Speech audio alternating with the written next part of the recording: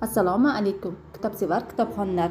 Biz Ohangaron shahar axborot kutubxona markazi sizlarga shoira Halima Xudoyberdiyevaning hayoti va ijodi haqida qisqacha ma'lumot beramiz. Halima Xudoyberdiyeva 1947-yil 17-mayda Sirdaryo viloyatining Boyovut tumanida dehqon oilasida tug'ildi. 2 yoshida onasidan ayrilib xolasi Qarshigul Xonnazar qizi tarbiyasida qoladi. Halima Xudoyberdiyeva Toshkent davlat universiteti, keyinchalik Moskvadagi Maksim Gorkiy nomli oliy adabiyot kursida tahsil oladi.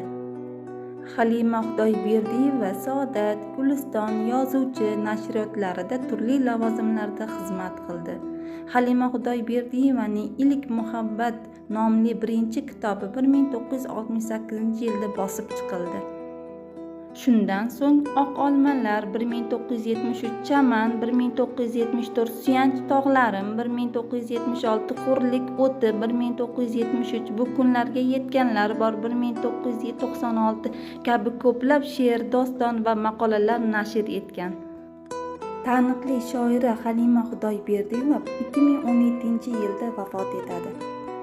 O'zbekiston xalq shoiri Halima Xudoyberdiyeva 1990-yilda Muqaddas ayol she'riy to'plami uchun davlat mukofotiga sazovor bo'lgan.